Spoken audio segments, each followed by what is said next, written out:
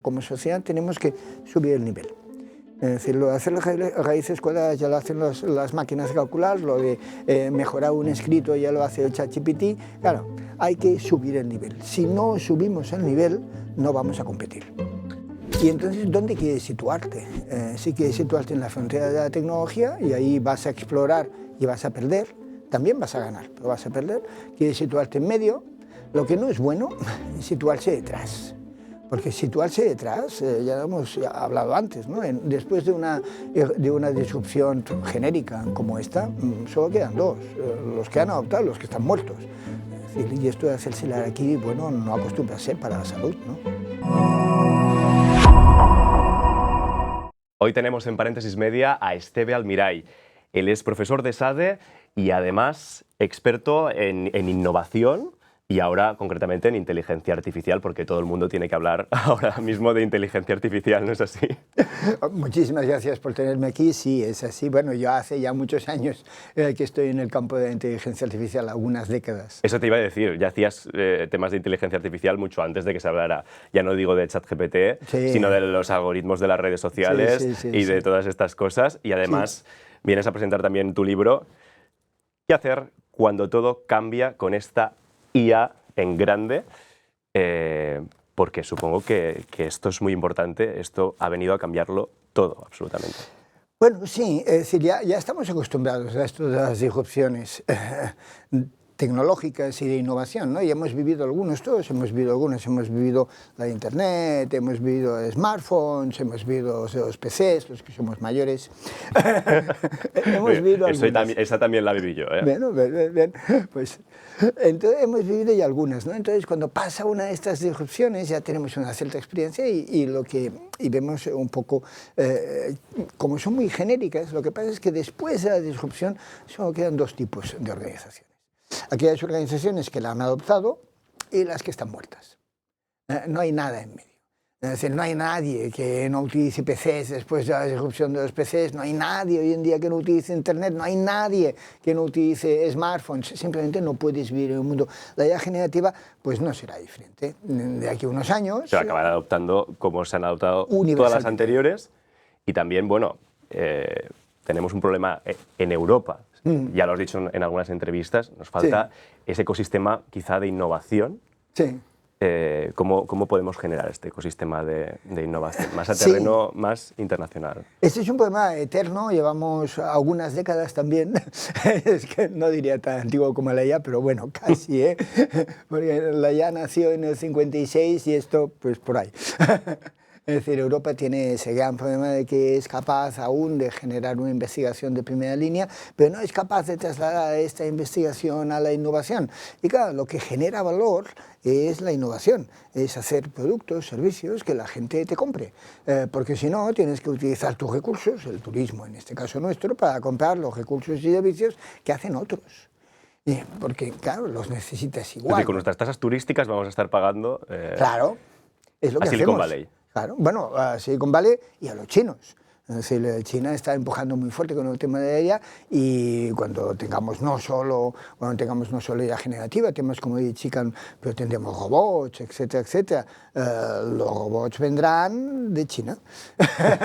Físicamente, digamos, aunque el software se programe en cualquier otro sitio. En cualquier otro sitio. Entonces, entre esos dos polos estaremos, sí, claro, sin que nosotros tengamos del turismo, pues irán para estas cosas porque vamos a tener robots como todo el mundo. Viendo la ruptura del diálogo o la subida del tono entre Estados Unidos y Europa, ¿alguien se piensa que podamos llegar a ver, quizá, quién sabe, la prohibición de ChatGPT o de Grok en nuestro continente?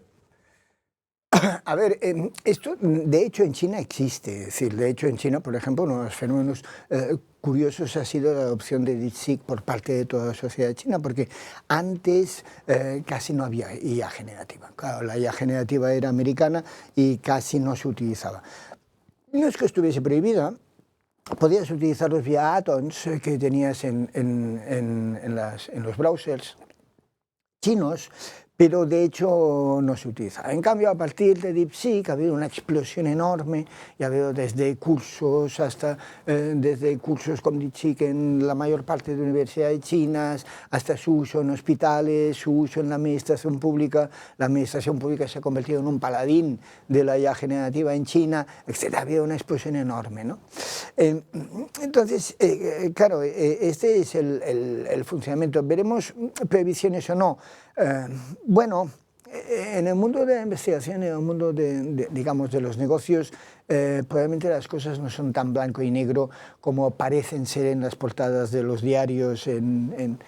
Y aquí tienes pues, los de Apple, que están utilizando los modelos de Alibaba para vender sus iPhones en China, el DeepSeek, que a los 2 días de salir pues, se instaló en Azure y se instaló en AWS, los nuevos modelos que ha sacado Baidu, los Henry, que son muy baratos y por lo tanto la gente lo va a utilizar mucho.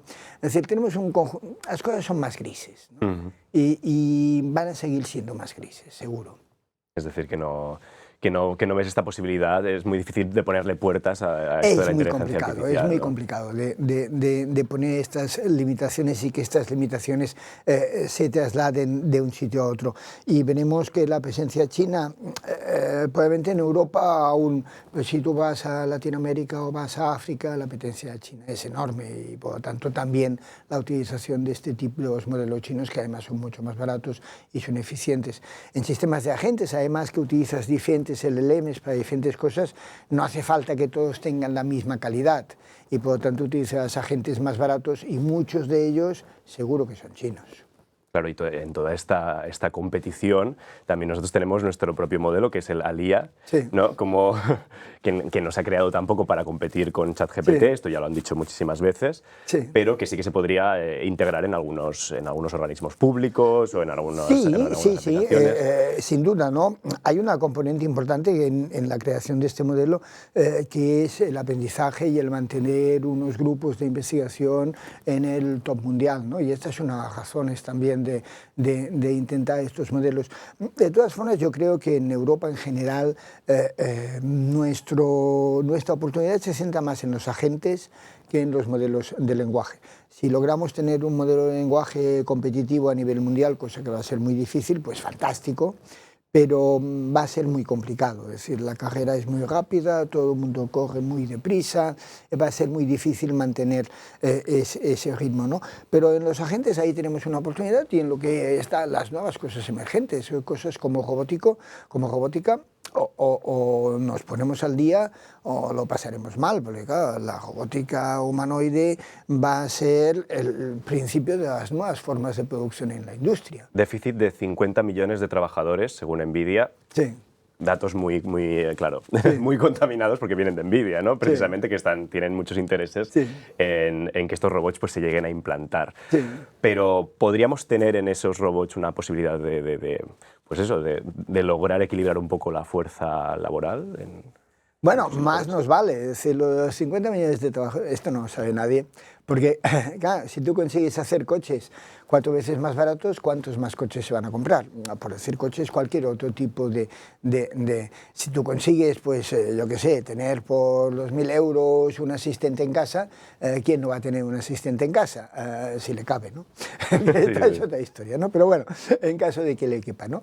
O simplemente utilizar robots para hacer edificios, que es algo que para la construcción, que es algo que cambiaría mucho las cosas, ¿no? Por lo tanto, si tenemos una mano de obra robotizada a unos precios muy inferiores a los que tenemos en los humanos, nos cambia el modelo de producción. Y si nos cambia el modelo de producción, pues quién sabe si son 50 millones o 500 millones o 1.000 millones, ¿no? Tenemos una era diferente, ¿no? ¿Cómo las sociedades organizan eso? Eso es otra historia, ¿no? Desde el punto de vista económico, la primera pregunta que me surge, ¿qué va a pasar con todos estos profesionales que van a quedar desplazados? Bueno, esto no es nuevo, es decir, esto siempre ha pasado, es decir, cuando vino la revolución industrial hubo un conjunto de profesiones que desaparecieron.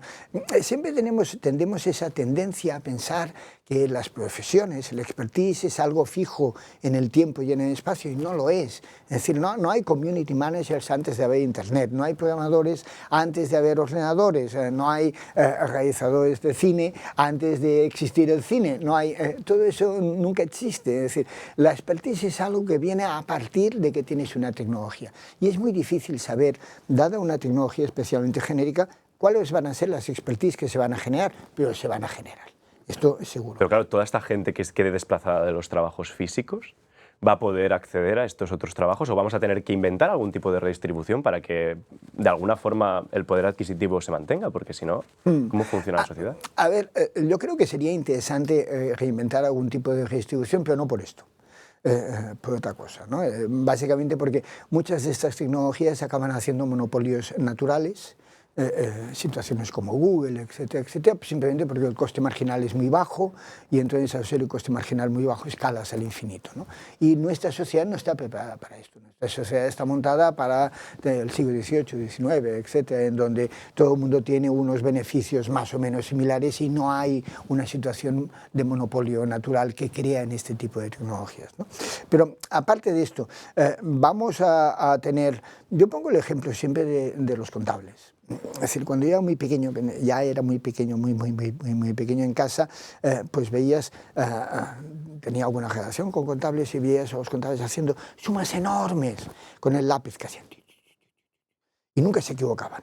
Y hacían sumas enormes y entonces eso era el diario que después pasaban al mayor y tal, ¿no? La expertise en ese momento era no equivocarse, era ser capaz de sumar páginas y páginas y páginas y no equivocarse, ¿no?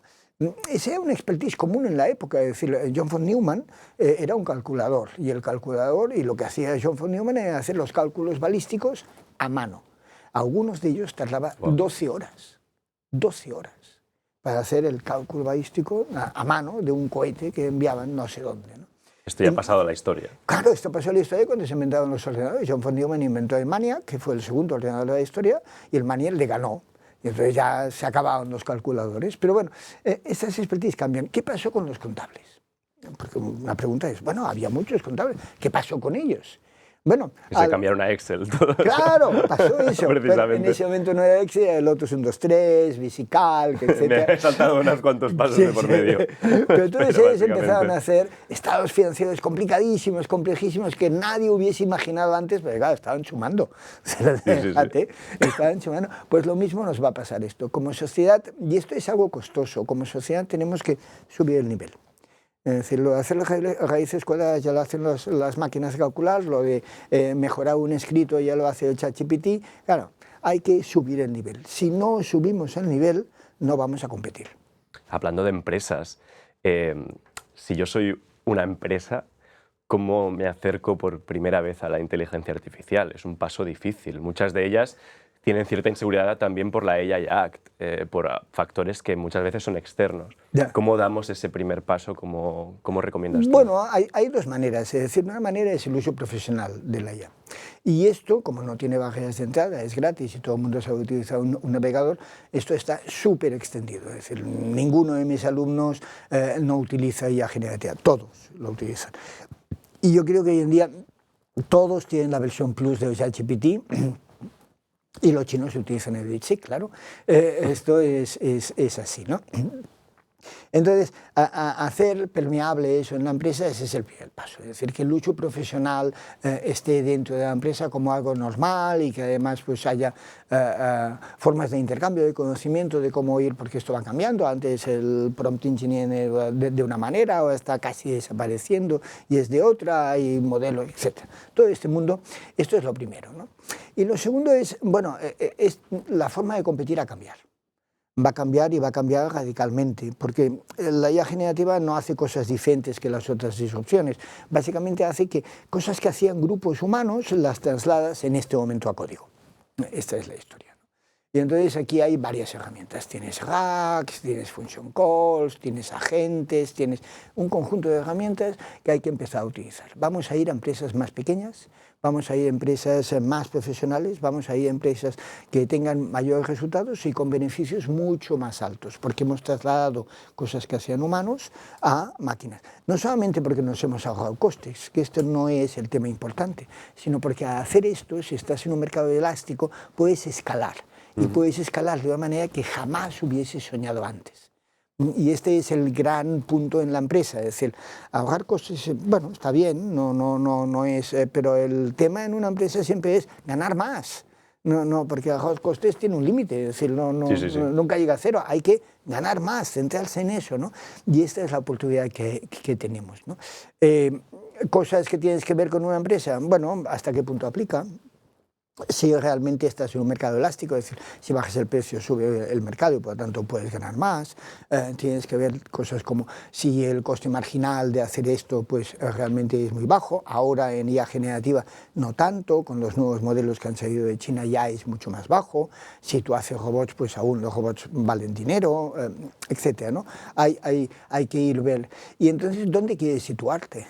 Si quieres situarte en la frontera de la tecnología y ahí vas a explorar y vas a perder, también vas a ganar, pero vas a perder. Quieres situarte en medio, lo que no es bueno es situarse detrás. Porque situarse detrás, ya hemos hablado antes, ¿no? Después de una disrupción genérica como esta, solo quedan dos, los que han adoptado y los que están muertos. Es decir, y esto de hacerse el harakiri, bueno, no acostumbra a ser para la salud, ¿no? Supongo que no. No mucho. Según lo has vendido, No. nada. De hecho, lo que estabas hablando ahora era un poco el AI Economics, ¿no? Que Sí. son los modelos que tú describes Sí. en el libro, Sí. que sirven para ver un poco cómo nos enfrentamos a toda esta disrupción, ¿no? que nos ha llegado. Pero claro, también da la sensación que esto va muy rápido, va escalando casi exponencialmente. Entonces habrá gente que diga, ¿estoy llegando tarde? ¿Alguien que se ponga hoy mismo en esto está llegando tarde ya o no? Bueno, hay que entender una cosa muy importante siempre en disrupciones, ¿no? Es decir, la tecnología va a la velocidad de la tecnología. Y especialmente cuando la tecnología se convierte en ingeniería, pues va a una velocidad que muchos llaman exponencial porque va tan rápido que es una manera de ejemplificar. No es que sea una distribución exponencial, es una manera de ejemplificar que eso va muy deprisa, ¿no? Esta es la velocidad de la tecnología. Pero la adopción, el uso de la tecnología no va a esa velocidad. La adopción es un fenómeno social, es un fenómeno humano. Y por lo tanto va a velocidad social y va a velocidad humana. Entonces ahí tienes que ver dónde estás. Habrá empresas que adopten la tecnología instantáneamente porque están en un sitio con una intensidad competitiva muy alta y hay empresas que tienen intensidad competitiva negativa, es decir, la administración, por ejemplo, ¿no? Sin una tecnología, no, por favor. Bueno, ahora se están poniendo un poco las pilas, ¿no? Bueno, ¿O yo no? que lo vea. Vale. Yo que lo vea. Tendremos que verlo. La administración también tampoco es un conjunto homogéneo. Es decir, hay administraciones que sí que funcionan muy bien, Hacienda en España yo creo que funciona bastante bien, y otras administraciones que funcionan muy mal, ¿no? Es decir, pero hay un poco de todo, ¿no? Pero la intensidad competitiva del sector, y en Europa esto es un problema importante porque tenemos sectores muy regulados, en una situación de oligopolio, etcétera, etcétera. Cuando tienes todas estas cosas, claro, una consecuencia es bajar la intensidad competitiva. Sí. El ejemplo clásico es banca, ¿no? Banca, yo trabajé muchos años en banca. Banca es uno de esos sectores donde se mueve al unísono. Es decir, nadie hace nada. Todo el mundo sabe una tecnología, etcétera, y nadie hace nada. Entonces, uno de los grandes o medio pequeños, pues resulta que mueve ficha. En online banking, por ejemplo, hace muchísimos años fue Bankinter. Entonces, de repente, ¡bumba! Todo el sector mueve ficha. ¿Qué ha pasado? Este es el funcionamiento habitual de sectores en situaciones muy monopolísticas, oligopolísticas, etcétera, etcétera. Intensidad competitiva es algo que te marca también aplicación. Si tienes una panadería, lo de la generativa pues igual no te afecta mucho. Claro. La realidad de las cosas. A no ser que los robots se pongan a hacer pan a las 5 de la mañana. Entonces sí, cuando tengamos robots, que igual no tardamos mucho, y que se pongan a hacer pan a las 5 de la mañana, y encima con la luz apagada, es decir, no gastarás ni luz. Entonces, pues claro, el tema va a cambiar, claro. Esther, mira, una frase para este 2025, para lo que nos queda, que todavía nos queda bastante por andar, una frase que resuma lo que vamos a ver en los próximos meses. Bueno, este 2025 va a ser, por un lado, la época de la adopción, ¿no? Pero la frase. Tenemos dos olas que nos vienen encima. La primera son los agentes, que va a cambiar radicalmente nuestra empresa, y la segunda van a ser los robots. Los robots en forma de humanoides y también en forma de coches autónomos, etc. Al final da igual si tienen ruedas o pies, los dos son robots, ¿no? Esas dos cosas, los agentes y los robots, van a cambiar la humanidad. Los agentes y los robots van a cambiar la humanidad. Esther Almiray, muchísimas gracias por compartir un rato con nosotros. Y si os ha gustado la entrevista, os podéis suscribir a Paréntesis Media, newsletter diaria que os mantendrá actualizados en inteligencia artificial, en robótica y en todo lo que ocurra en el mundo audiovisual.